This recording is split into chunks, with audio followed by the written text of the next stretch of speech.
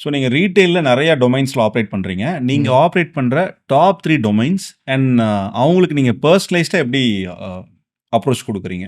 கண்டிப்பா ப்ரோ சொல்றேன். அதாவது ரீட்டெயில பொறுத்தவரைக்கும் என்னன்னா, யாரெல்லாம் கன்சியூமர் ப்ராடக்ட்ஸ் அண்ட் சர்விஸ் பண்றாங்களோ, அவங்க எல்லாருமே எங்களோட கோர் கஸ்டமர்ஸா பார்க்குறோம். எஸ்பெஷலி இப்ப நாங்க நிஷ்ஷா ஒர்க் பண்ணிட்டு இருக்கிறது, ஸ்பெஷலைஸ்டா பண்ணிட்டு இருக்கிறது வந்து பார்த்தீங்கன்னா, டெக்ஸ்டைல், ஜுவல்லரி, எலக்ட்ரானிக்ஸ் அந்த மாரி பிராண்ட்ஸ்க்கு நாங்க ஒர்க் பண்றோம். ஓகே. இங்க நெறைய நேரங்கள்ல என்னன்னா, ப்ராடக்ட்ட வந்து நம்ம சேல் பண்றோன்ற அப்ரோச்ல இல்லாம, பெர்சனலைசேஷன் வந்து நாங்க பண்றோம். கஸ்டமர் ஃபோக்கஸ் மார்க்கெட்டிங்கோட கான்செப்ட்டே என்னன்னா, ஒரு கஸ்டமர் நம்மகிட்ட வராங்கன்னா, அவங்களுக்கு என்ன தேவ? அவங்களோட லைஃப் ஸ்டைல் என்ன? அவங்களோட லைஃப் ஸ்டைல இம்ப்ரூவ் பண்றதுக்கு, இல்லோட அவங்களோட தேவைகள ஃபுல்ஃபில் பண்றதுக்கு என்ன தேவையோ அத உணர்த்துறது தான் எங்க வேலையா இருக்கு. லைக் சொல்லணும்னா, இன்னைக்கு வந்து அவேர்டு மார்க்கெட் ஒரு 40% அப்டின்னா, அன்அவேர்டு பீப்பிள் ஒரு 60%க்கு மேல இருக்காங்க. ஓகே. அப்ப அவங்களுக்கெல்லாம் எது எது வழியா நம்ம பண்ண முடியும் அப்டின்னா, இன்டைரக்ட்டா எஜுகேட் பண்றது தான்.